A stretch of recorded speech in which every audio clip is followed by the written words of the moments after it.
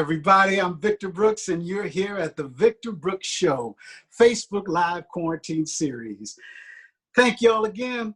Thank you, thank you, thank you, thank you. You know, every time I come on here, and I know my producers, Christopher Brooks, Julie McKnight, and Wendy Vaughn, I mean, when we talk off, camera and when the episodes are over, our thankfulness to just everybody that takes their time to come in and sit with us, to all of the interviews that we've been blessed, I must say, to be able to bring to you every Saturday and Sunday at 1 o'clock p.m. Pacific Coast time. Sometimes we may come at you at 3 o'clock Pacific time. It just depends on the scheduling, but everybody has taken the time. And also all of you all today that, I'm ready to start my little watch party here when you see me look down, but all the watch parties that everybody starts and all of the comments that you take time to make, on each of our episodes. I can't thank you enough. Here we go. Start. There we go. And, we're under the message and the belief of positivity, as you all know. We call ourselves the Positivity Posse. And everybody that joins in, we have some people that's joined in from the first episode, even all the way back when we were doing the pre-quarantine, pre-corona episodes, when we were in our studio over Third Wheel Podcast over in Wilshire here in LA. Everybody some dedicated Positivity Posse people, fans that we call family, we're family, y'all. And our family's growing. I want to give that report. Our family's growing globally. I wish, just because of privacy things or, not putting a blast on anybody, but I'd love to be able to show you the inboxes and emails I get, even the WhatsApp messages that I get and from people around the world, even, of course, people here at home, our family here at home, Positivity Posse at home. But this message of positivity is like wildfire, man, and it's not, I have to bring up every time, y'all, that our message of positivity is in no way negating the seriousness of the hell that's breaking loose all over the world. The riots, and sometimes I don't really want to say riot, you dig? The frustrations, and we have some people who definitely are demonstrating for their own personal negativity, but for the majority of our people, especially here in the United States, we have a combination, a combustible combination of fear, of anger, of hostility, of confusion that's going on in our society and across culturally. If we look at these clips that CNN and all of the network clips that are showing, we're looking at predominantly a lot of our young people, our babies. And that's not a use of baby out of disrespect. It's a use of baby as our new generation, our young generation that has a combination of these negative feelings and emotions that somehow they're trying their best to express it, you dig? And in our show yesterday, we had the incredible Wyann Vaughn of Raise It Up Wide, capital W, capital Y, who brought in her expertise and insight of what it is that her platform is given to our young people, our generation of this world.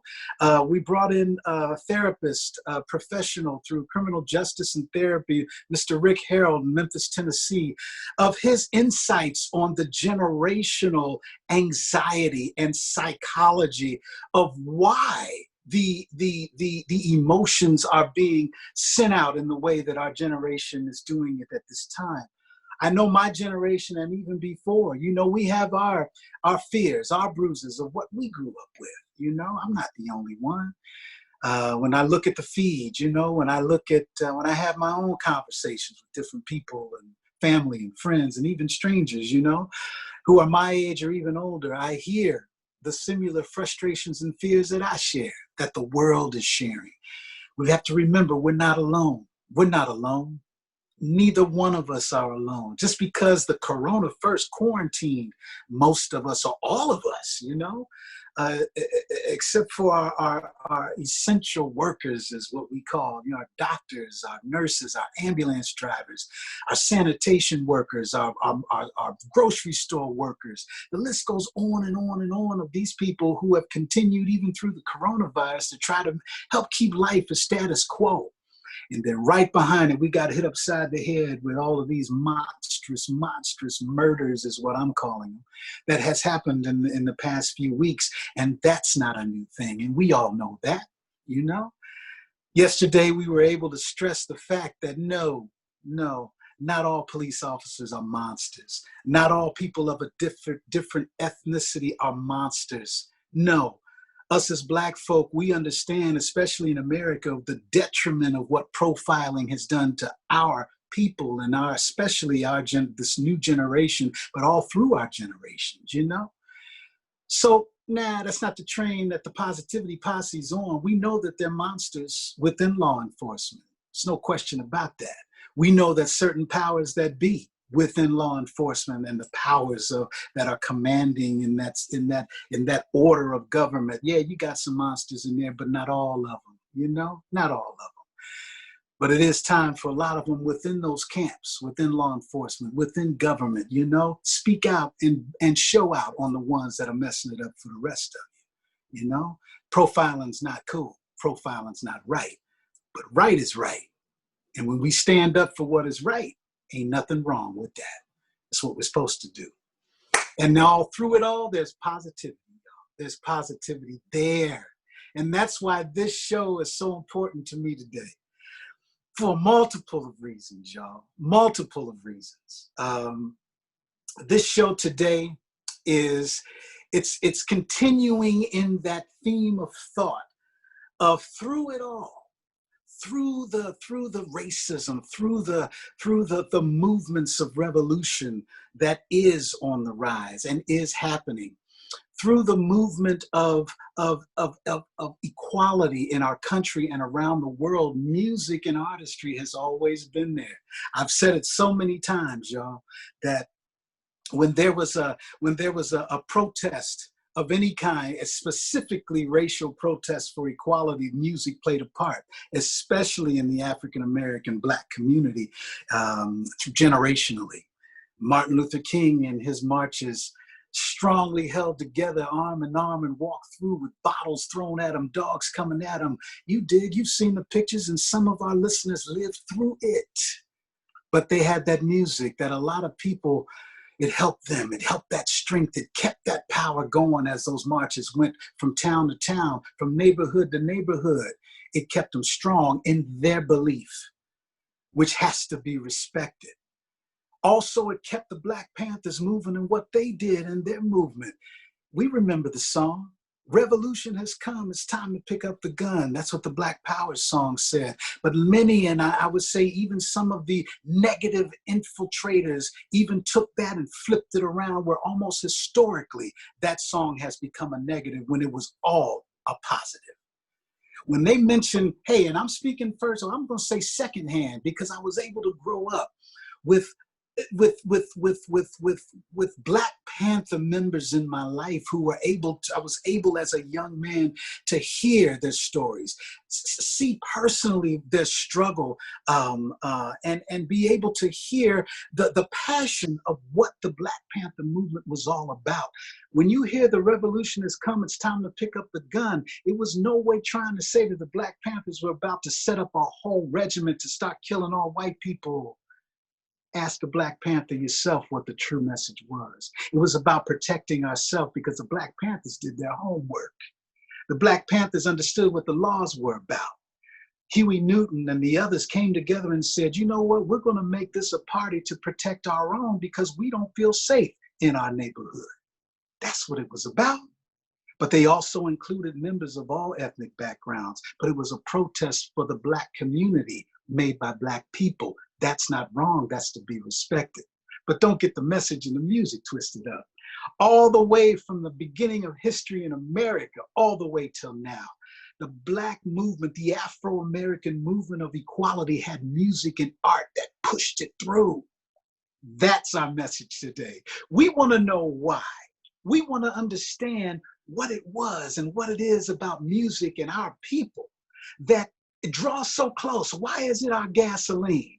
Why is it that when we hear a song from our churches of our childhood or a message in our history of African Americans, our struggles, our times of peace, our times of war, our times of trying to make it make sense, our times of just getting our voice out there? Why has music, as one of the forms of artistry, always been there with us? Why? And one of the people today, let me tell y'all something. One of the people in my life that I have today is Mr. Jeremy Winston. Let me tell you a little about Jeremy Winston, y'all. Jeremy Winston, first of all, is my cousin. And I'm proud to call him my cousin for so many reasons. First of all, for just the man that he is, the father that he is, the husband that he is. That's my cousin, Jeremy Winston. Also, because of the profession that he has taken under his wing through the artistry of music and the expression of music, of what Jeremy has given to the world and is continuing to give to the world globally, through his mission of the JW Chorale, the Jeremy Winston Chorale. Jeremy Winston Chorale is one of the most top-rated ensembles in the United States. They won the World Choir Games. Their message is spreading positivity and love through music and the arts. These young singers, Jeremy gives them the opportunity to refine their craft as well as perform internationally and domestically through music. Some of the singers have not had the opportunity to surround themselves with this type of mentorship in their life, or the opportunity that was never really given to many of the singers that Jeremy has taken under his wing until the Jeremy Winston Chorale. The Jeremy Winston Chorale was invited personally by Michelle Obama on several occasions to join her and her incredible husband, Barack, over their presidential period of our mentorship of government here. That's powerful. That shows a message of dedication. That shows also the continued involvement that our previous presidential family had in regards to the opportunities that are needed to give our young people, especially in the arts. The pride and respect that I have, like I mentioned, is endless. My mind goes back to my uncle, my father's oldest brother, Charles Lee Brooks. And many of us in the Seventh-day Adventist Church understand the trailblazing that Uncle Charlie gave and is still existing to this day within the Seventh-day Adventist Church through, once again, music. Music's in our blood, music's in our DNA. Uncle Charlie's involvement as the chairman of the hymnal committee for the Seventh-day Adventist Church. Wonderful, fantastic, memorable. And to this day, when you go into an Adventist church, you see that hymnal sitting in the back of the pew. Yeah, the compilation that Uncle Charlie put together to make sure that that lineage of music that's passed through the most respectable music legacy of the Seventh-day Adventist Church was preserved and is preserved to this day. Much respect, Uncle Charlie. But Uncle Charlie is also Jeremy's grandfather. And that lineage of music, that torch in our family of music, in my opinion, and so many others within the family, has been passed down. And I know sometimes that that could be I know how that feels to be a pressure on the shoulder. I'm pretty sure Jeremy may have had that feeling over life, but he's held it so well and still holding it so well. Ladies and gentlemen, let me bring here to camera screen the one and only, my cousin, my friend, Mr. Jeremy Winston, who took the time to join us today in his journey and his message. Are you on camera yet, Jeremy? My camera's a little. Can you hear me? Well, I'm here. I see myself. There you go. Well, I think we are both on. Listen, hey, it's success. the interview starts on a good foot. Well, with this technology, man, I remember seeing what you did with your choir, where you had multi-zoom cameras. Oh yeah, yeah. What did you have, brother, for that? Oh man, how many did we have for that? We had about 20 singers or so for that. Yeah, yeah. Yeah, well, man, Yeah. so you know what this technology. Jeremy, thank you for taking time to join us today, Oh, man. well, let me first of all, thank you for asking me. So we'll just get the thank yous. We'll start from the beginning with that. Right. But no, it's a pleasure to be able to talk with you. You kind of laid it out very beautifully. This is family. This is love. There's a lot of a great musical conversation we can have, and I'm sure we're going to get into. But I just want to say from the outset, man, it is more than an honor. I'm so proud of what you're doing, and what you have done musically. You've inspired me. You've been a mentor to me in many ways, and so I'm really honored to be able to come and talk to you for a few moments. Thank you, brother. Thank you so much, Jeremy. You know, I can already see we have a lot of family on here already clicking in. Julie, I'm sure. I'm sure. Mom and dad, you know. So Yeah. brother, let me ask you something, man. When you hear and I'm looking over my notes here, but the incredible work of your, well, let's start even with your whole reason for making music, man. Part of your journey in life, like through your educational all the way to your man. So growing up, there were two things that I thought I really wanted to do. I thought I was going to be either an astronaut, which I really, really wanted to be. I really wanted to be an astronaut. Yeah. Or I wanted to be a lawyer. Yeah. And I love to debate and all those types of things. But it was my experience brought me to a place where I went to public school for a couple of years, and I got really, really hard into football, and I love football. I mean, that was kind of the what drove me every day and so forth. But then I went to Pine Forge Academy, Right which on. you know very well, and all the Adventists who are on here, you know exactly what I'm talking about. And the music legacy that exists there provided an opportunity for me to explore my musical gifts. Now, I grew up, playing violin. That was my first instrument. I always loved singing. I used to listen to all the Oakwood tapes of you and so many other people, and I used to feel like, oh man, I love that so much. But, it was just something that it was in me that I enjoyed doing. And I never really thought about it as a career until I went to Pine Forge Academy. And I got there, and the Pine Forge Academy, if you're not familiar with them, go check them out. They have an amazing legacy of outstanding music. I mean, Oakwood, most people who are watching, even if you're not Adventist, you heard of Oakwood College. You've heard of them through Thriving Night. You've heard them through Take Six. You've heard them through so many people. You heard Victor Brooks. You heard of so many people who've done Little Richard. Obviously, we've talked about, he was just buried down there at Oakwood University, because they have a rich legacy of music. And but Pine Forge does as well. So I went to Pine Forge Academy, and I recognized, oh wow, I actually have some skill in music as well. I love football, but I can.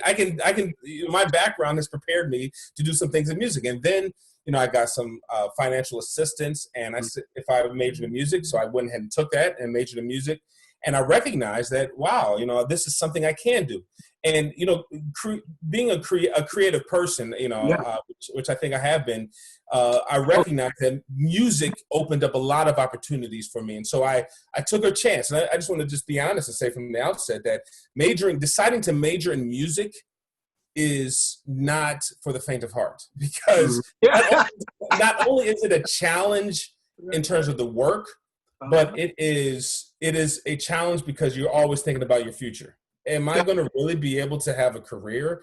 Am I going to be able to support a family? Am I going to be able to do these things that everybody wants to have, buy a house, have a family, do all these types of things with a career in music? So it was scary. And even after I finished Oakwood, I started studying for the LSAT, because I said I was going to go to law school. Until I got a full ride to go to Morgan to get my master's. So it was almost like the Lord had it in the plans. Like, yeah, I know you're going to kind of hedge your bets, but I've got this in store for you. Right. Yeah. Brother, right on, man. I mean, you're right, because that thing of music, in trying to make it as a career in any level, you're right, Jerry. It has that And especially when it comes from the other people, like, you better have a backup plan. Right. You know, Yeah. you do what Exactly. you need to do. And there's some truth in that, you know. And, But my respect for that, brother, is that you move forward with it, man. And you knew when it hit you, this is what I want to do. So through your educational journey of music, what were you like? What did you graduate with? What's your thing, man? so I graduated with a Bachelor of Arts from Oakwood University in vocal performance. So so I did all as a singer, I did all the tenor arias. Like, some of my teachers dreamed that I would end up at the Metropolitan Opera singing. Yeah. Yeah, and a lot of that, I have to say, kind of takes after kind of the example that my grandfather, you mentioned, or we call him Granddad, but you call him Uncle Charlie. But the kind of example he set, and not only from him, but also from on my father's side, my Aunt Gwenny, who is a great soprano, my cousin Joya, who's an outstanding soprano as well. Yes. And so I kind of emulated that, and part of me believed, and I still, to this day believe, that if I wanted to go in that direction, I probably could, but I never really felt that opera gave me the impact in the community that I really wanted to have impact in. There you go. Largely African American community, and there are a lot of people who are doing opera who have a major impact, but for me, that wasn't something I wanted to do. So anyway, I got a Bachelor of Arts in music from Oakwood. Then I went to Morgan State University. I got a Master of Arts with a focus on both vocal performance and choral conducting. Okay, right on, man. You know what? And you brought out so much. It's almost to where music is, you were just born into it. Like I said, on both sides, brother. We brought up Uncle Charlie and, of course, our side, the Brooks side.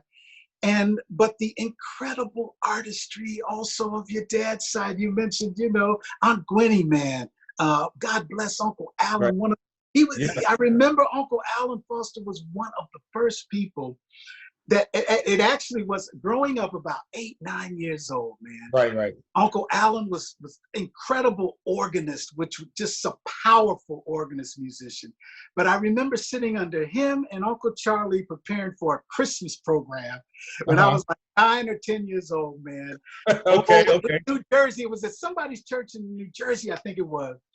But I was so nervous, man. I'm a little 10 years old, and I remember Right. I'm sitting there with Uncle Charlie here giving me the song I'm going to sing, and then Uncle Allen on the organ preparing to rehearse the song that we're going to, and I'll never forget. Remember, Uncle Allen had this smile. He had this smile, man. He put his hand on my shoulder. He said, "You're going to be all right." And I'll never forget. That sounds like Uncle Allen. That sounds like Uncle Allen, yeah. I'm not going to start. I'm trying to, I'm a waterhead. But that vision of Uncle Allen in all of my life has helped me through so many of my times when I'm getting ready to hit the stage on a totally non-religious concert vibe. Right. That I'm opening my artistry up, and then you brought, the whole lineage of that you brought in, brother. And I'm pulling my head back because it sent me on a memorable love tangent. That I knew we were going. Let me just say, Vic, right there. Like I knew. Let me just say for the outset. So I knew before this conversation we have a lot of things to talk about. I said we're going to go down some real memory lanes, and there may be some tender moments in this conversation. There's some tender moments already. But go ahead. Because I'm not the only one. Your Uncle Victor, man, Yeah. and he was also in many ways a student of Uncle Charlie and then passed it on, to myself and Chris and Julie. I mean, the wisdom that I'm going to say we were blessed to have growing up as musicians and artists, and the capability of understanding that as an artist, you must evolve. Which is something that all of the artists that we just mentioned now gave to us in our young lives. You're doing that through the JW Chorale, okay? And with putting together this chorale, Jeremy, please give us, before we get into our historical conversation, what the whole JW Chorale, I see the JW on your shirt. Give me the message and the story of JW Chorale, bro. So, I like I said before in the call, I had to do a little bit of branding right now. So forgive me, everybody, but the JW Chorale is really an organization that I'm excited about because, of course, we are committed to doing outstanding music, which really is the foundation of what it is that we do. We travel the world as ambassadors for outstanding American music and choral music specifically. But even more than that, a lot of our mission is really focused on giving back and educating not only those in America, but the world to the great musical treasures that exist here that are oftentimes overlooked and unappreciated. And so we found that there are people all over the world who are so excited and thirsty for outstanding music that is relevant, that speaks to a specific experience. And we know from the African American perspective, which, you know, that's not all that we do, but that's what we do focus on largely, that there's a very rich message that is rooted in that. And so we've been able to go across the world and share this, and people just love it. And so it's been inspiring for me, not only, like we're talking about how people, how people inspired us. I feel like, I want to be able to inspire the next generation of musicians. Yeah. To say, there's an opportunity. If you're good, if you studied your craft, and if you're prepared to share this with the world, because the world wants to hear what you have to say. And it's more than just making music. I mean, of course we make music, we sing songs, but it's a message that goes beyond this music. It's a message of, let me put it this way. So I remember when we were in Germany, and we're singing this song, and I don't know if they could understand what I was saying, but I was talking about, we're going to conclude with, he's got the whole world in his hands. Now this is a community that was fairly they weren't religious, but there was a sense of connection in the message of love and unity and upliftment that we were sharing.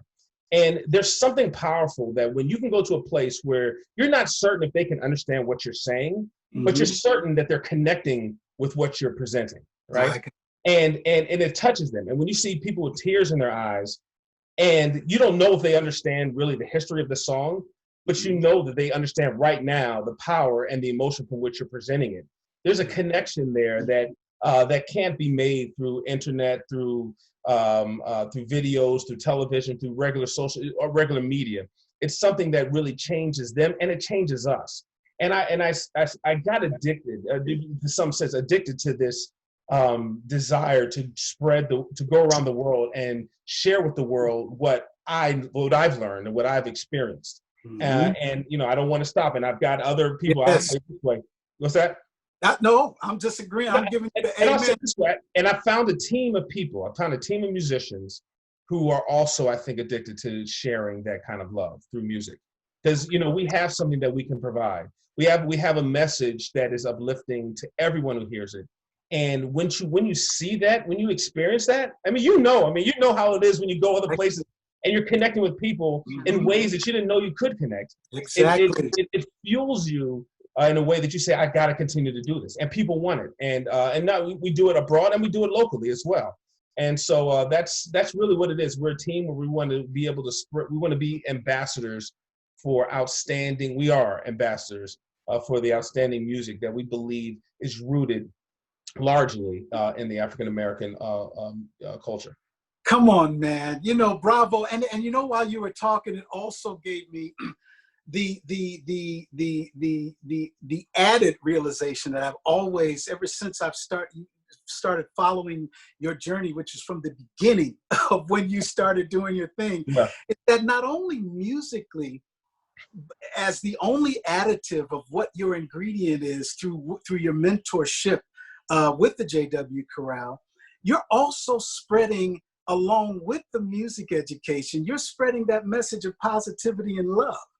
And through your art, but you're taking it globally, which of course also reminded me, and I want to present to my audience as well, your cousins, Mark and Joe Kibble. Come on, man, through their message, through Take Six. That whole artistry of what the genius of Mark's arrangements that from us growing up as teenagers together, this brother has always had his genius of arranging and musicality that, of course, is once again in his DNA stream. But it's also combined with what your musical arrangements and how you present your originality of the Jeremy Winston sound and feel. All of this encompasses, even, I brought in Mark and Joey as well because of the message that Take Six has taken globally of spread love. Right. It's just the message, not only musically, but all of us, not only through music, but we also were trained and told and mentored that you got to give something back. You got to listen. So I'm just thinking while you're talking right now, but and that's a lot of when I think about, and I'm going to just kind of take all of that in Go the for it, concept brother. right now. Go. Mark Joey Kidd will take 6. Joey Foster and Special Blend. So if you don't know Yes. Special Blend, go Oh, Google Special come on. Blend. Check out Just some Joy great is music from one of Special my Blend. favorite singers. Yo, listen. Let me tell you something. And then we talk about Aunt Gwenny, Uncle Alan, and talk about Uncle Charlie. I'm talking about you and Uncle Vic. And Julie. So for me and for us, and I think you can understand, and I'm sure there are a lot of people who understand this as well. Good music was like for me what water is to a fish. Come on. You grow up, and that was kind of what you expected. It is what it was. And then it wasn't until a certain point, I don't know when, but you recognize and you kind of step out. You kind of grow up, you hear these things, you do these type of things, you learn, but then you step out into the larger community, the larger world of music. And you recognize, oh wow, what I was raised in and I guess blessed to be a part of and close to, is not as common. It's for everyone, right? And so, what I'm able to, my experience, I'm able to share a level of music to me that I think is somewhat that people would love to hear and love to benefit and experience as well. And so, what I want to be able to do is not, you kind of don't hoard that. And what I think a lot of what of our teachers and our family members have showed us is that you've got to give back. You don't hold on to that. You've got to open it up. Like you have to have an open hand to share with other people what you've been blessed to grow up in. And so I'm just really thankful, and it's been an inspiration to be able to say, how can I take what I have and be able to share to the community at large? And hopes that there's that other person, there's these other musicians, other individuals will catch on and say, oh wow, I have that too. I can do this. I can do that as well. And then you can inspire somebody else, and then they carry the torch. And that's to me, that's one of the richest experiences in life. I don't care what discipline you are. I don't care if you're a mathematician. I don't care if you're a preacher. I don't care if you're an English major. I don't care what it is that you do. You want to be able to pass on and inspire the next generation to continue that torch so that people can continue to do great things and make sure that we, uplift the next generation. That's the best we can do on our time with God. Jeremy, so important, brother. And you know what? When we're on this subject of giving back, as you know, our focus, all of us know what the world climate is right now. We know what's happening in the world. As I said in the opening, started with the coronavirus, about the world changing, the flip-flop of our daily lives, what that brought to us. And then now in the middle, after these horrendous, monstrous murders of our young Black men over the past couple of months, is a generational plague. We have 2 viruses, in my opinion, that we are dealing with. The virus of the corona, as well as the virus of racism that there's never been a cure for. And it's evident in what's happening right now through our protests, through our marches. And I'm really, I don't want to always just label, because I'm scared of labels, because I know what it's done to all different ethnic groups, not just the Black community, but all ethnic groups that labels can give. And I don't want to say riots per se, but I want to also bring in that positive message. And I'd love your tutelage right now, brother, on from the beginning of the history of the Afro-American here in America, man. Music has played an integral part of our experience, especially when it comes to the experience of the negative in our lives generationally. I'm talking about this, from the sands to the boat ride, to the landing, to the cotton field, to the so-called freedom, to the civil rights, to the Jim Crow, to the civil rights, and then even to now. Apartheid included. Why has music always been there, brother? Through the marches, through everything that we've been there. Take us all the way back, Jeremy.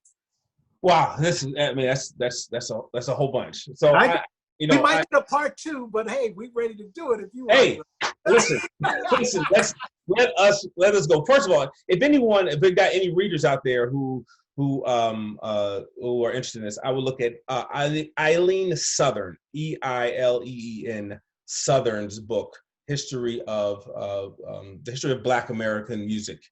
That book is really the authority on the history of Black American music, and looking back to slavery days, and how music has played a very integral role. And I had a really great opportunity to teach a history of African American music.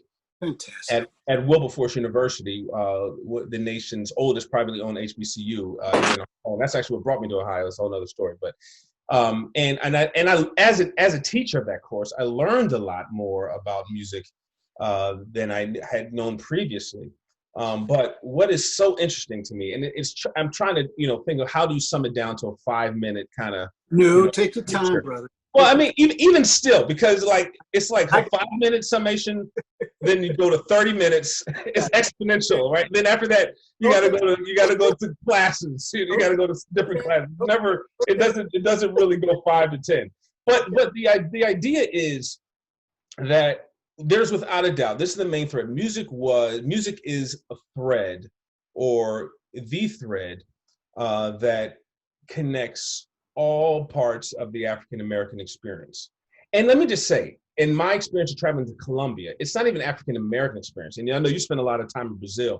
It is also the I would guess the South American African American experience, or Afro-Colombian experience. Music is so integral to the progress and the success in this community, where you can almost, just like I talked about being a fish in water, music is to the African American experience, what water is to a fish. It existed in every form. So we go back to the slavery days, where music was absolutely integral to everything that they did. We have these things, we call them work songs now.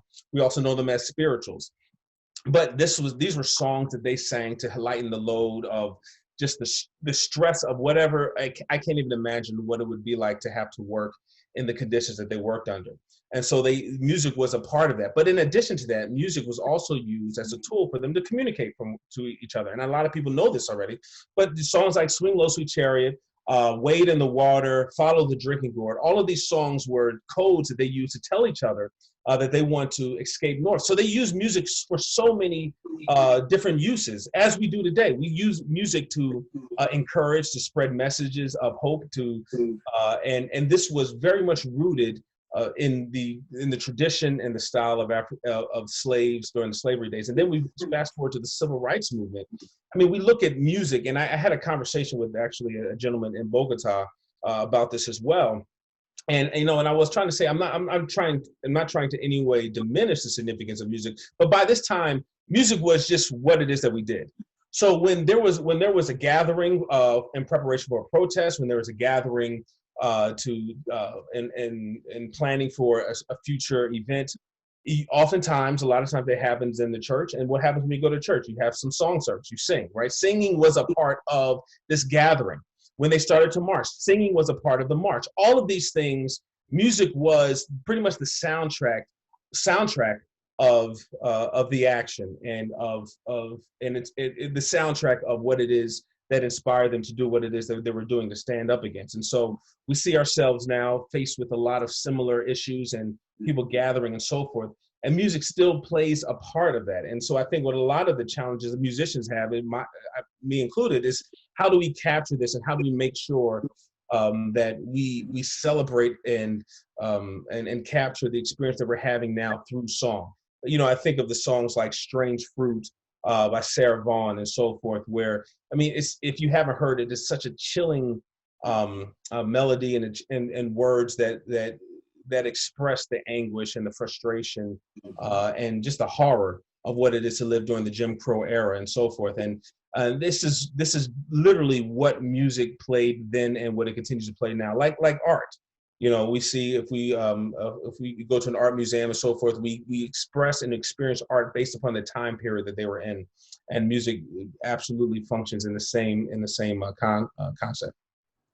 Fantastic, brother. Fantastic, because I mean, ditto to 100% of what you're saying, and thank you for that explanation of that of that lead in there, brother, because, you know, music, man, I remember growing up and watching the videos and the films of the marches, and you know, like one of the, if not the premier march song, "We Shall Overcome." Yeah. And like I mentioned, the Black Panther Party had their music at every rally. There was, like you said, there was a rallying where music was involved, especially, and even including in the church, like you said, song service. It was that spiritualness of Right. through music that was setting the mood. You dig, for Yeah. this is our preparation, y'all, of what we're about to do. And, Go ahead, brother. you know what I'm saying? And I'm saying you can't separate those things. And I think a lot of people know we have certain traditions that we experience today. You go to church or you go to something, you have like, you know, there was a song service, so forth. These are habits that are born out of practice, right? Yes.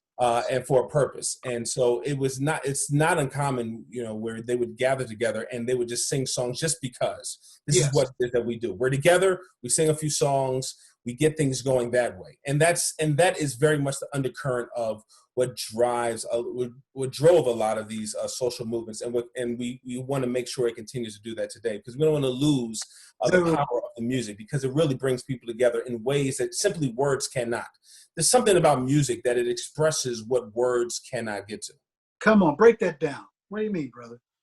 Oh, wow. What do you mean? I mean, it's something about the melody. I mean, I think if you can ever enjoy a song, then you can enjoy a song with no words. If you can just listen to a melody and be impacted by it, then you get it, right? Yeah. Because it means that there's something that's happening in this melody, in the sequence of pitches, that is touching you at an emotional level, right? And so if you're able to experience and enjoy that, that means that there's something that music can communicate that words cannot. You can't express it. You can't express why. I mean, we get as musicologists, we get into theory and say, okay, what is it about this interval, the tritone or the third or the fifth? And there's all theories based on this. But at the end of the day, there's something how we interpret a specific melody. I think with this song, I mean, you know, I don't know. I mean, you were talking earlier about who are you talking about before we got on? Rick James. What song are you talking about with Rick James? I know. One of my pump songs, "Busting Out," L7, Rick James. Right. Yeah. So I mean, there's something. I mean, I know that feels like, for some people, it may feel like we're going a departure, but it's really not, because there's something about, you know, a bass line or just a simple, nice melody line, you know, that can capture the heart and capture the imagination. No words to it, but it still impacts you, right? So the reality is that music is able to communicate to us in ways that just simply words cannot. And there's an opportunity, I think, that for us to take music to be able to inspire, you know, or communicate to people what we're feeling. Yes. When the words aren't enough. So this morning, I played for a service, and they asked me to do an opening song, kind of a reflective thought. And I started, and had no idea. I sat at the piano, the service started, I had no idea what I was going to do or sing for this. And I started saying, I got to do something on civil rights. So I started on "We Shall Overcome." But I said, but I want to do it differently. I did "We Shall Overcome" in a minor key. Okay. Because I feel like it presents a familiar idea, but in a different concept with a little darker feel. If anyone knows what I'm talking about in a minor key versus major, you understand what I'm saying. And the emotion that it captures in a minor key expresses something that that goes beyond some of the words. So even though I'm saying the same words, "We shall overcome someday, I do believe we shall overcome," it being presented in a minor key brings a heavier weight to the heart, right? And so the words itself can't do that, but the music itself presented in a minor key can. And that's why it's important that we can't abandon or forget the exceptional qualities that music can bring and inspire, to encourage, to bring reflection to many people, because it has major impact. So that's kind of what I was brother thinking. You know what, and while you're telling that, like I see the feed, so many other people are understanding how you're interpreting this and individualizing it, brother. And because when I was listening to that, I went back to my childhood, man, growing up in a house where my father's avid jazz fanatic. Oh, And man. of course, my mother's father, Norris Turney, who replaced Johnny Hodges in Duke Ellington's band.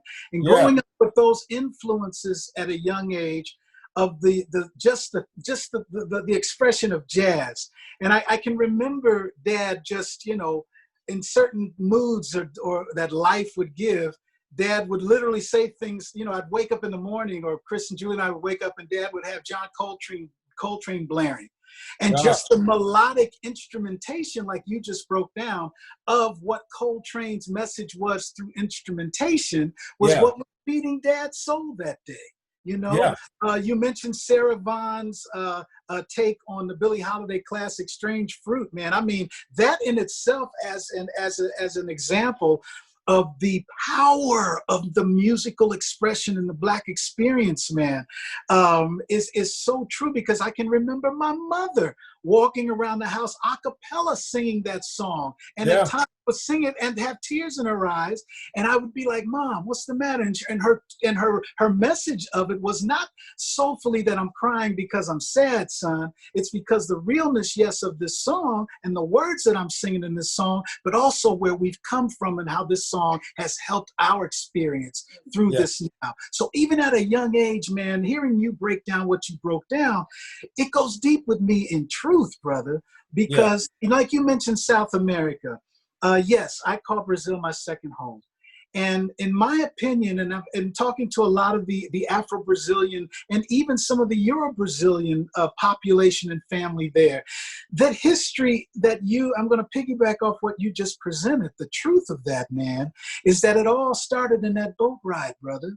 You know, that boat ride, and depending where that boat dropped this particular crew off, and this particular crew off, and this particular crew off, it still had what you so eloquently put, that string of that musical spirituality and passion of that African experience, that Afro experience of togetherness.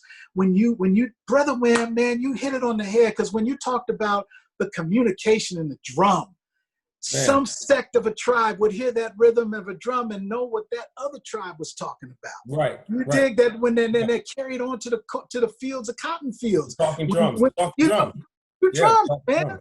Brother, you hit it on the head, man. And I believe, Jeremy, how do you think, in your opinion, brother, both personal and professional, how is that holding us together, or how has that conversation through music held our community together through these hard times, man? The messages. Yeah, you know, it's oh man, I think that if people listen, right, if people really, really listen to the music, then you open your heart to it. So let me just say, even for hip hop, right? So hip hop is a global phenomenon right now. Right. Like, I'm amazed. And I know you're a hip hop head from way back. Yo, I'm a huge hip hop head. Like, I grew up on hip hop. I grew up you on. You turned me on to a lot of stuff back in the 80s, man.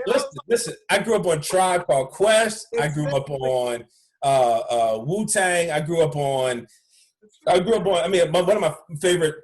Outkast, Mos Def, Yasin Bey. I mean, these guys to me have really, and there's a couple things I want to get to, but I want to answer your question first because it's important. You know, if people are willing to open their minds and listen, you know, so I didn't grow up really loving art, and I mean art meaning visual art, like paintings. You know, I didn't, you know, I grew up in the Philadelphia area. We got a great art museum, but I remember I went to the Philadelphia Art Museum the first time.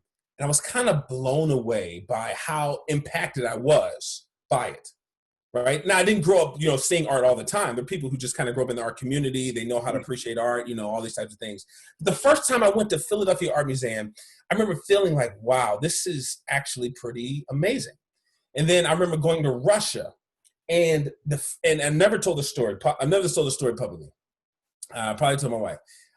I went to, I don't know what it was. I was in St. Petersburg, formerly known as Leningrad, and I saw a piece of art, and it brought me to tears. It was the art of, oh man, and this is bad because people are going to judge me on my Bible knowledge. David had a close friend growing up. It was David and somebody else. I have no idea. See, now I'm calling you out. I'm pulling you out of your Bible knowledge. And hopefully, if anybody knows that on the feed, anybody know, help us out. But David had a close friend. I can't remember, but I remember because I was reading the story, and it was just a painting of David leaving, and there was a part where David was separated from his close friend, and the pain that was captured on his face actually brought me to tears. That's the only time, and that's what I'm saying. I'm never to share this publicly. But here's the point. I'm going back to your original question is about, how music can communicate. Is that if we're open, right? If we're open to allow art and music to speak to us and to put aside our assumptions of what this music is. So I know a lot of people listen to hip hop and say, "Oh, it's just garbage," right? Or listen to jazz and say, "Oh, it's just a bunch of nonsense. I don't understand what they're doing," right? But if you're willing to take the time and consider the context, consider the history, and that is also what got me turned on to classical music seriously.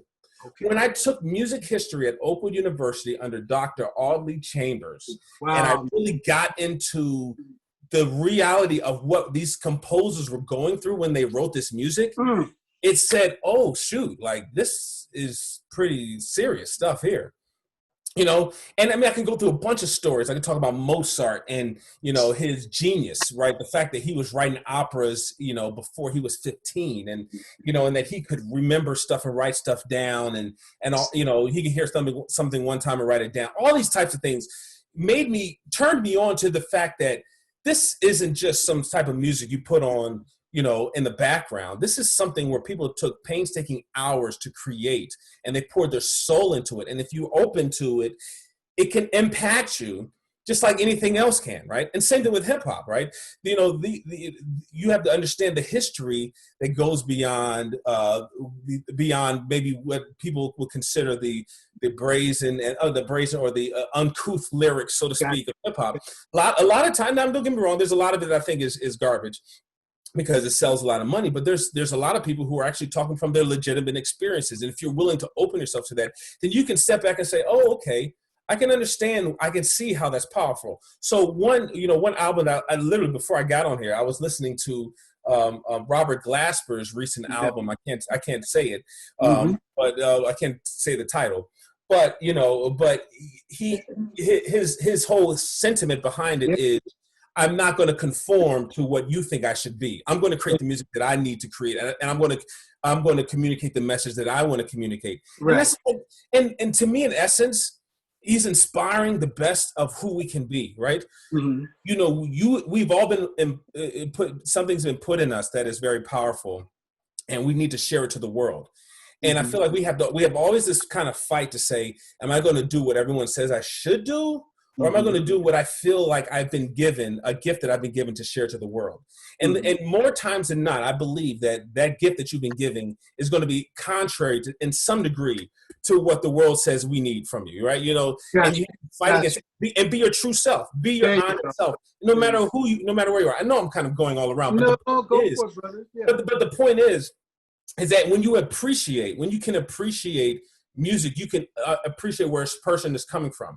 And it doesn't mean that you agree with them. It doesn't mean that you endorse everything that they say, but you can appreciate the sincerity from which they're presenting it. And if that's not inspiring, if that's not inspiring, then I don't know who you are. I kind of don't even want to know you. If it doesn't inspire you that somebody is willing to put their honest selves on the line for criticism, one of the hardest things musicians, and you know this, one of the hardest things musicians have to go through is dealing with standing on stage and saying, I'm going to command this audience with my voice or with my instrument. And I hope, because the audience could easily say, this is garbage, I'm going home, right? I mean, there's that, but to say, I have something that I want to share, I'm going to be as vulnerable as I possibly can be and hope that it impacts you. That if someone's willing to do that, and then there's something powerful behind that, there's something really special, and I deeply, deeply appreciate that. Come on, man. And I don't care, I mean, it can go, and that's why you can go from hip hop and go to jazz and go to country, and go to classical, it can go to everything else. I mean, got you. Come on. So Rachmaninoff, right? So the story is Rachmaninoff wrote his first piano concerto. And it was eviscerated by the public. They said, this is garbage. why we even put this before us, right? And he was severely depressed. He was depressed, because of this. And, I think, so apparently the history says that he went through, some therapy, some hypnosis therapy and all this type of stuff, because he was trying to get out of it. And he came after with the Rachmaninoff's second concerto. If anybody out there who's a classical head knows that Rachmaninoff's second piano concerto is one of the most celebrated pieces of music in classical repertoire for piano players ever. I had a friend, and I asked him, who's the pianist? I said, what's the hardest piece to play? He said, Rachmaninoff too. It's the second Rachmaninoff. But it is the most, to me, one of the most sincerest expressions of music possible. But the point is, when you understand the history, when you understand what inspires the creation, to me, it draws me a little closer to that, and it makes me lean in because it's real. There you go. There you go. Okay. There you go. No, keep going, brother. You're right. It's real. Yeah. It's real, and that's kind of, I think, what musicians look for. We look for the real, sincere music, and you can kind of know it, you can feel it. In it, and again, going back to Robert Glasper's last album, about feelings, about don't worry about other people's feelings, and that's a very kind way of saying. No, I got you. I love that. I love that. No, right. Yes, I do. So, but to me, it's very exciting. Can I make one more point that I'm sorry that I missed? Brother, go for it. I want to talk about, just going back again, about the African-American contribution to music. Yes. To me, and I taught a class on this, and I can't believe I forgot this, because this to me is the major linchpin, and it's just hitting me now. The major linchpin and the gift, and that I often use it this way: the gift that the slaves, our forefathers, and African-American culture has given to this world musically is, oh my goodness, what in the world? I can't. Is improvisation. That's what it is. Gotcha. Improvisation, because African Americans and slaves they couldn't read. It was by law. You can't. They were told you cannot read. It would be illegal to teach them to read. So many things, music included, they had to pick up by rote and by ear, right? And so through the African American tradition, a lot of things are oral traditions, right? So what I've learned, growing up in the Adventist community, and then I've, worked in the Baptist community, worked in the AME community. I worked in so many different liturgic communities, church communities. There's this traditional song, Glory, Glory, right? And the Adventists sing Glory, Glory one way, right? Okay. The Baptists sing Glory, Glory a different way. Then if you go to California, they sing Glory, Glory. In your neck of the woods, they sing Glory, Glory one way. You go to New York, they sing Glory, Glory another way. You go to down south in Alabama or Nashville, Memphis, they sing Glory, Glory another way. The reality is the African-American tradition, where things were passed down just by word of mouth, through the oral tradition. Same thing with music, because we didn't know how to read or write. So a lot of things were just passed down, and we were able to improvise on our music. And that's how we have what I know we have. It started with the blues, yes, and then grew into jazz, and then grew into what rock and roll is now, which was absolutely rooted in African-American music tradition, and even country music, also absolutely rooted in African-American tradition, and even now to hip hop. When we think of freestyling, well, the whole idea about freestyling is improvising. You're coming up with words immediately, and a gift that the African American community has given to the world is the idea that you can create outstanding music through as we call, say in the church moment, the inspiration in the moment, right? Letting the Spirit lead the idea. Right. And to me, that if there's anything that you can take from African American music tradition, it is the gift of improvisation. Come on, we do it in church. We do it in every form of music, from, again, hip hop to rock and roll to gospel to R&B, all the way back to the spiritual. So what, brother Brand, once again on the head, man. And once you look at this back, people are like applauding the educational aspects that you're giving us right now. And it made me think about one of my favorite movie scenes, man. And I know a lot of people will remember that in Glory, when the brothers were sitting around and they had, Lord. Yeah. Oh, man. Right? When we have that feel, it's exactly what you're talking about right now. Yeah. Maybe some of these brothers were musicians and didn't know it. Maybe some of the brothers were artists at that time, knew it, but maybe not. But one thing they had in common was that communal musical expression that was coming from each of their hearts. You did? And it also reminded me of, and remember when after each hook tag, after the of each one, then each person would systematically come up and give their verbal expression from their heart to solidify and fill that moment, okay? So I look at that as an ingredient of what you just said, that hip hop is given in the message of what's coming from the heart at that time, that improv of when Miles Davis and Coltrane through their acts came through with their improv. And of course, the importance of learning the educational aspects of music, I believe, is incredible. That's one of the things that I wish I had followed through in my life. I still learn through, one of those that did it through and still do it through ear. You dig? But as far as the improvisation, the power of improvisation that you so eloquently put it, brother, that scene came to mind because it was that period. It was our history, and it's real to this day. So when I remember Dad telling us when he would march with King, that at times there were of course songs that had words, but then there were also just moans. There were also just expressions that the whole crowd, it would catch like a wildfire, all from the beginning of the line, all the way back where there were no words, but there was that spiritual communal feel that helped them cross those lines. You know, the hand clap, the syncopation, going back to the drum beat that followed us all the way through. When we didn't have organs and pianos in our churches, but we had hardwood floors. After we had dirt floors, but we had shoes that kept the rhythm on the floor. All of those things that you just brought now, man.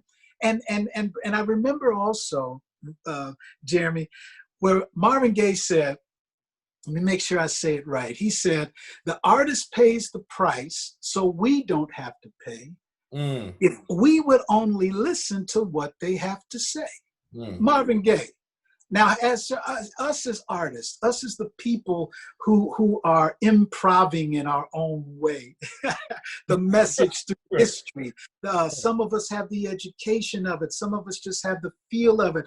But we all have that feeling that we want to express this emotion, this drive, this overcoming, this fight for equality, to hear me, to listen to me. And if not, and I'm going to say to them, that's the message, the power that be. But we also have a message for each other. Hang in there. Don't give up. We're going to be all right. I got back. Even if you lose your life right now, I'm here for you and yours. Because I know you'll do the same for me. But the message is we got to keep moving. We got to keep fighting. We got to keep progressing as a people.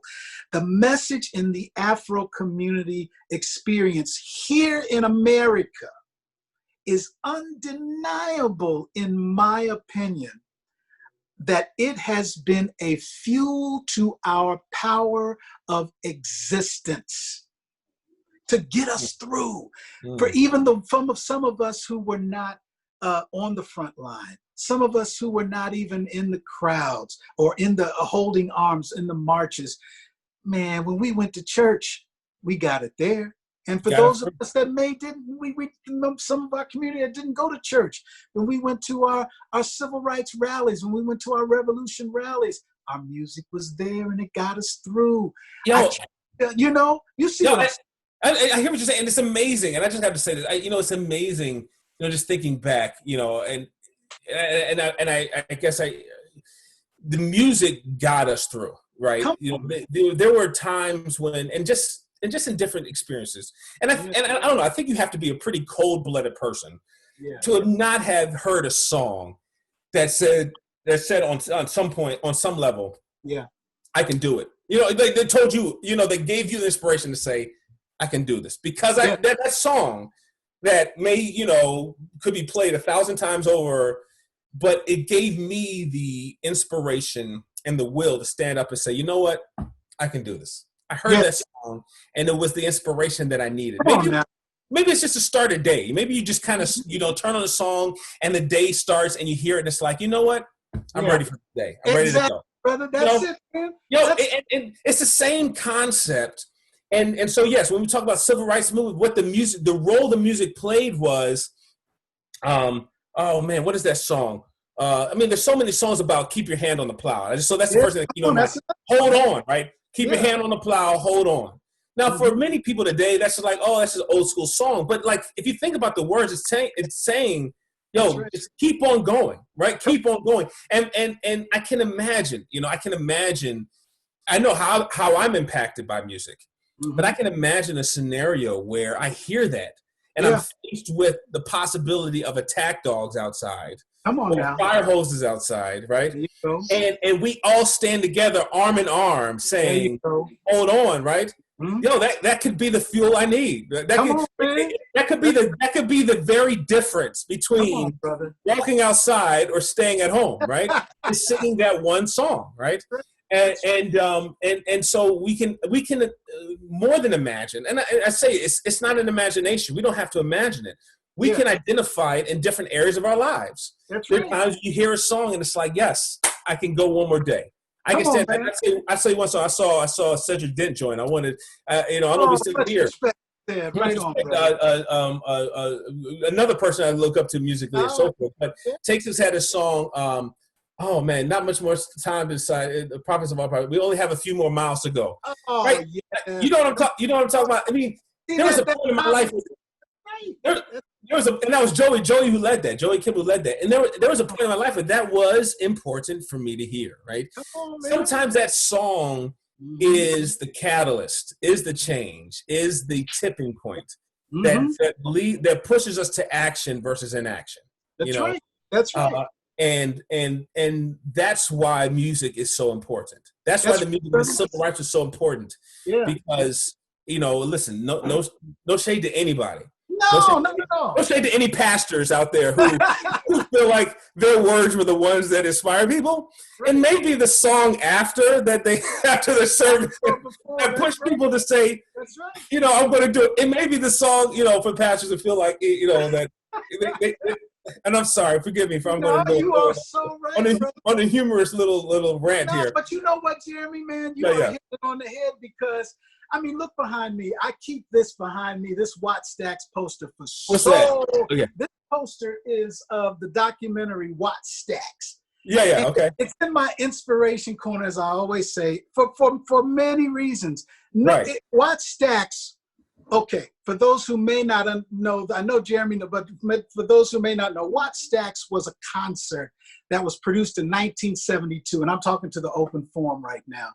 And Stax Records out of Memphis, Tennessee, who was headed by Al Bell, had so many incredible artists, Sam and Dave, Luther Ingram, of course, the Bar-Kays, Rance Allen, as we know, his gospel legacy. Rance Allen, yeah. He was one of the first there, the staple singers, the Emotions, on and on, a powerhouse of soul music preservation in America, Stax Records. Right. After Isaac Hayes, of course, Black Moses himself. But after the Watts riots here in LA, Stax Records said, you know what, we need to go and help our community there in LA, in Watts. We need to preserve, we need to rebuild not just our communities, but we need to go to Watts. And we need to set up a concert through music. Oh, wow. Through the power of music for our people, primarily, to remind them you are somebody. To remind them that we're going to get through this, to remind them that life is hard right now, but it's going to get better, but we got to come together. So I remember we had Larry Dotson, the lead singer of the Bar-Kays, who are the group here in the white, right there, the band there in the white on the poster. And Larry reiterated the fact that the message of Watt Stacks, of what we're talking about right now through soul music expression, Rufus Thomas and the rest that came together, before they knew it, they knew this event was going to be huge, and they knew it was going to be positive for the Black community within Watts. After the Watts riots, but Mm. they were so surprised. Larry said when they went out on stage and they saw the LA Coliseum in 1972 filled with to capacity of 100,000 people. Wow. All Wow. right, who were coming off of the Watts riots, that music brought it together. Yeah. Artistic expression brought it together. And Larry Dotson so eloquently brought out, and I remember even Rufus Thomas, before he passed growing up, reiterating it to me as a young boy. He said, man, you know, the only time there were no fights, there was no need for barricades, there was no violence. There was a brotherhood, there was a sisterhood, there was a respectability and a support group through this whole concert, from the time it opened to the time it closed. And bringing in all the way through our history of Charles Wright and 103rd Street Band, Express Yourself, bringing that out. You know, James Brown quieting down DC with I'm Black and I'm Proud. I mean, It goes on and on and on through our history. That the reason why this episode, cousin, and I thank you again for taking your time, man, that I wanted to do this is because I have seen it over feeds, and this is what is so deep and heavy about social media, man. A lot of times, you know, social media brings out what a lot of people have been saying in their homes. You dig? It brings out what people behind closed doors, either feeling both positively and negatively. Yeah. And I've seen some of the comments that, you know, that are like, well, it's time to stop singing. I understand the frustration.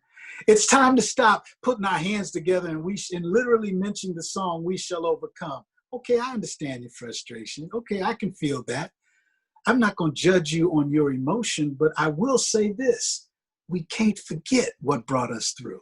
We can't forget the reason why I'm able to be alive and sit here and type on this computer is because those same people before me sang their songs of overcome, whether it was in church, whether it was in the cotton fields, whether it was on the boat, even before that, all the way through down to when it was after the riots of each riot we had in our society. Even it was during those times of our life in society that we didn't feel as a people that we were worth as much, or it started to sink in that this is never going to change.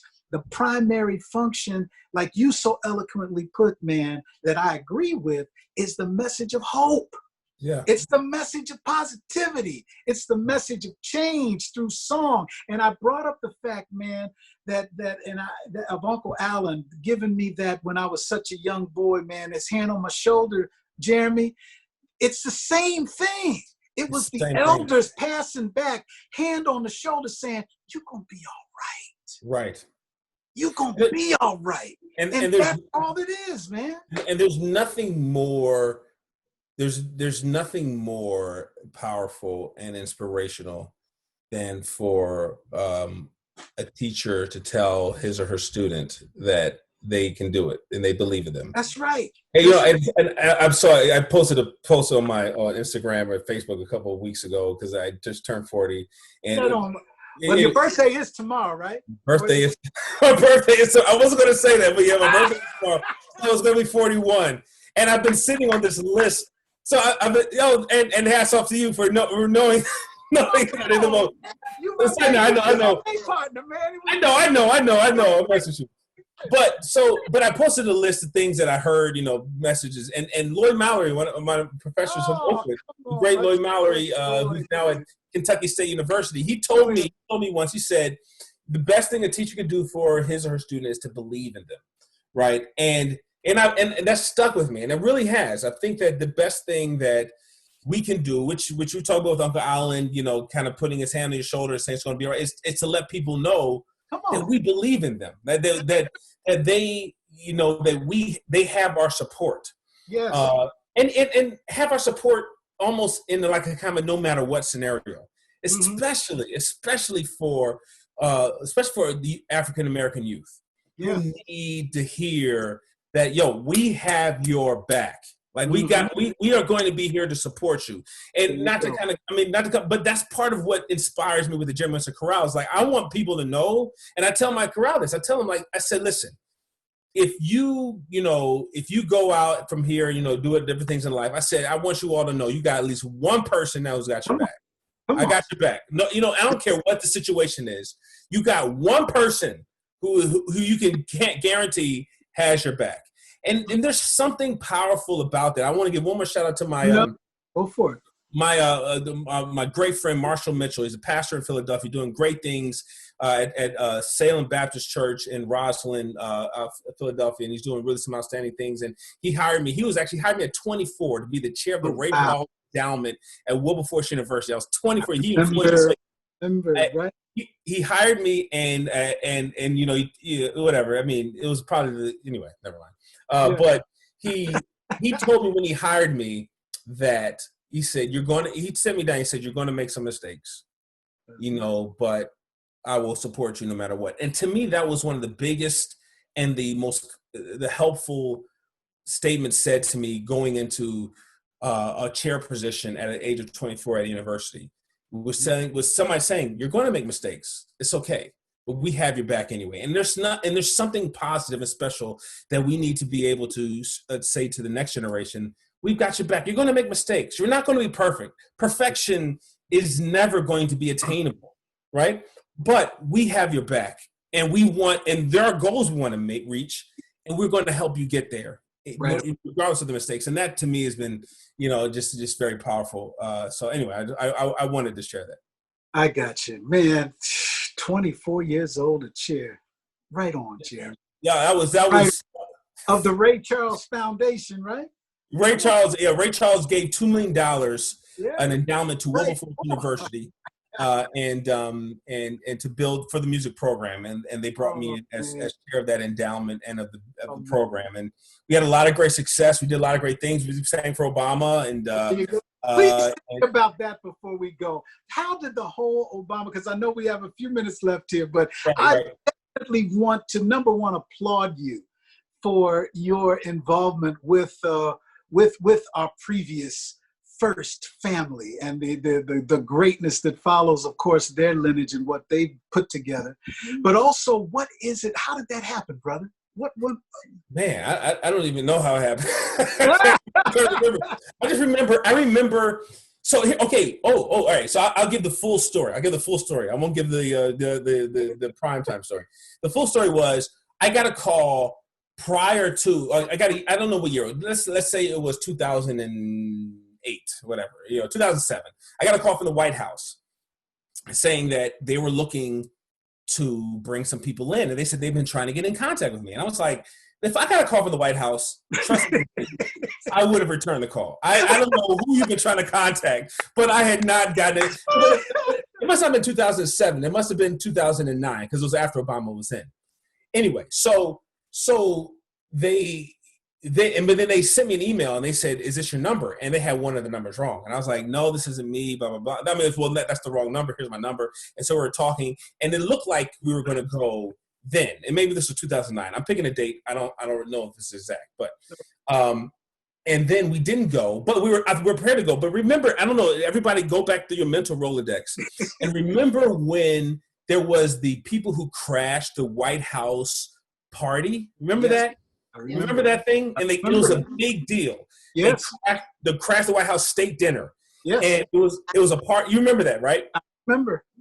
It was that year. They crashed, and the social secretary was the person who took all the fault for it. Oh. And it was the social secretary's office that I was in contact with that year. And we ended up not going. And I believe, because I even spoke to the person after. I said, you've got a lot of, heat in this scenario, blah, blah, blah, blah. Yeah. And it didn't happen that year. It happened the next year. And they called us back. But at that point I had their information. So I was sending them information to I got a choir. We'd love to come. Don't forget us. So anyway, so we ended up getting the invitation from their office, which is under Michelle Obama. And we got there, and I had no idea, what was going on. We were singing for one of their, high White House parties. It was real cool and everything. And then walks Michelle and Barack Obama, and it was pretty much and a moment that you don't kind of forget, you know. There you go. And from what I know, it wasn't a one-time. Invitation, right? How many times did they bring you? I've been there. We went there 3 times. Okay. And twice we got a chance. So I went there well before us, and then once with my chorale. Well, twice with Jeremy Winston chorale, and you know, so we got 2 times to sing for the Obamas and so forth. The other time they weren't there, and so we didn't get a chance to sing for them. But it's always great to sing at the White House. We got a chance to, you know, I brought my daughters, you know, so I mean, those are the experiences my daughters won't forget. You know, to come to the White House. That's right. Yeah, they sang a solo. You know, I don't think they wanted to, but I made them anyway because I'm like, you're not going to sing. You know, this is an experience I want you to remember, right? There you go. So that was an amazing experience. And my mom got to come and everything, my wife and everything. Oh, fantastic! You know, Let me tell you something about Jackie, y'all. I say cousin Jackie, but it's yeah. Because we've always grown up saying Aunt Jackie in a lot of times. But Jackie, of course, your mom, my cousin. She is also another mentor of watching her play the piano growing up. I remember she had a green Cougar back in the late 60s, early 70s, in Pine Forge, man. And I think it was one of the first times that I was able to remember. That's when I tell you how, woo, man, I just got a hit real quick. It was the first time that AM radio had now added FM radio. And I remember sitting in her car and playing the radio there. But Jackie's musical artistry, man, you know, Jackie was the one that turned me on to Barbra Streisand when I was a little kid. Man, she turned me. Let me tell you something. Let me just give everybody a little gift. Summer of 1942. Go look that song of Barbra Streisand singing. Yes. And that's one of my mom's favorite songs. And my mom, you know, anyway, she's a beautiful singer, man. Beautiful singer. And it's interesting. I listen to my playing. I play the piano and I listen to my playing, and I emulate so much of what my mom does, you know. And so I'm thankful that she would let me sit next to her on the piano and try to learn to play. Well, ladies and gentlemen, I think you all. I mean, this was. Is this it? Are we done? No, let me tell you something. This is part 1. Okay. Part 2, because actually, you know, the show is produced also by Chris, Julie, and the beautiful, lovely Wendy right here, Vaughn, and I'm gonna just go ahead and put out there now. Y'all was gonna ask you after cameras. Consider it done. Right on. Thank you, fam. Thank you. But we want to do a music empowerment conversation of all walks of music: classical, funk, jazz, rock, blues, spirituals. And we want to continue on our way of our message of positivity, of how important music and artistry is, specifically music in our journey. And ladies and gentlemen, you know, I just want to thank publicly again, Jeremy, my cousin, for being here, sharing his wisdom, sharing his journey, his experience. So proud of him. And I don't know if he's still on screen, but much respect, Jeremy. My love to you, man. And the journey and the giving back that we were raised to do, and that you are doing it. And also, I don't want to forget our other members of our community who are giving back. Of course, Wyann Vaughn of Raise It Up Y, capital W, capital Y, and her efforts of what she's doing with the 18 to 25 category. Thank you so much, Wyann, for what you're doing. Also, I want to give it up to Patrick Garland. Patrick is doing an incredible thing there in Baltimore, Maryland. Patrick, thank you so much, man, for what you're doing through your efforts and your community there. Patrick is empowering the souls and minds of our inner city kids there that, especially during this time, are like, wait a minute, what's going on here? At first, it was life itself, and now this is an addition to life. That we're going through, but Patrick's message of what he's doing, thank you, my brother. And that we could go on and on and on, and of the positiveness that is out there. And it was evident here, as you hear through Jeremy with his chorale. This message is going globally. Music is still here. Music is still a positive ingredient in our society, in our life, in what it is that we want to present, what we want to vent, we want to get off our chest, you know? Thank you for music. Thank God for artistry. Thank God for music. And thank you, Positivity Posse, for being here every Saturday and Sunday at 1 o'clock or 3 o'clock. Thank you so much. I love you. And don't forget, go follow us over there on the YouTube channel, The Victor Brooks Show. Subscribe. Go ahead and like the ones that you like, and we hope you like them all. But the more subscriptions we get means the more that this message is going to have the mechanics to power out there through positivity. Thank you so much. Follow us here on Facebook as you are at The Victor Brooks Show. Also on Instagram at The Victor Brooks Show. On Twitter at The Victor Brooks. We're connected, y'all. And I love you so much.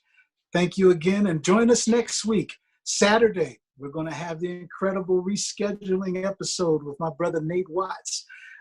Stevie Wonder's Integral Ingredients, Since the Song's in the Key of Life. He's going to come bring his artistry, his message of artistry and his journey of music. Also knowing and respecting he and Stevie's social power movement through their music.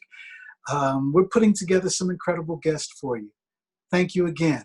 And we'll see you next time on The Victor Brooks Show. I love you, Jeremy. Thank you. And have Love you too, brother. Love you too. All right, man. Bye-bye.